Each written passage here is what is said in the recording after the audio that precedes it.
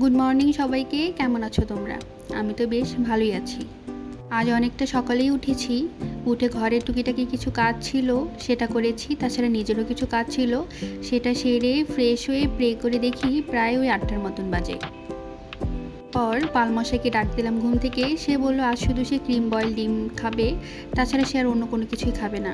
তবে আমি ভাবলাম আজ তার অফিস থেকে ফিরতে ফিরতে দুপুর 3টা বেজে যাবে, তাই শুধুমাত্র ডিম খেয়ে থাকতে পারবে না হয়তো।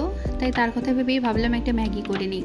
আজ সুপি নুডলস বানাবো, যেহেতু সকাল সকাল খুব একটা তেল মশলা খাওয়া ঠিক হবে না, তাই ভাবলাম সুপি নুডলসটাই করি, সাথে একটা ডিম সিদ্ধ করে দিব আর আমিও একটা ডিম সিদ্ধ করে খেয়ে নেব। জানো তো, পালমশাই না ক্রিম বয়েল ডিমটা খেতে খুবই পছন্দ করে। প্রথম এটা আমি বানাতে পারতাম না, তবে এখন বেশ ভালোই পারি।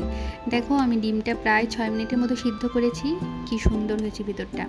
আর এই ডিমগুলো না আমার শাশুড়ির হাঁস আছে বাসায়, সেখান থেকেই আনা। এবার শ্বশুরবাড়িতে গিয়ে অনেক কয়েকটা ডিম নিয়ে এসেছিলাম। তো দেখো, ডিমটা এত লোভনীয় লাগছিল দেখতে, আর খেতেও না অন্যরকম একটা স্বাদ। যাই হোক, ডিমটা ক্রিম বয়েলের মতো করে সিদ্ধ করে নিলাম, আর নুডলসটাও হয়ে গেছে আমার। এখন দুটো বাটিতে, একটা আমার জন্য আর একটা পালমশাইয়ের জন্য নিয়ে নিলাম। পালমাশিকে দিলাম খেতে, আর আমি এই যে খেতে বসে গেলাম। খেতে একদম দুর্দান্ত লাগছিল সকালে, এর থেকে মনে হয় না হেলদি আর কিছু হতে পারে। যাই হোক, তোমরা ভালো থেকো, সুস্থ থেকো।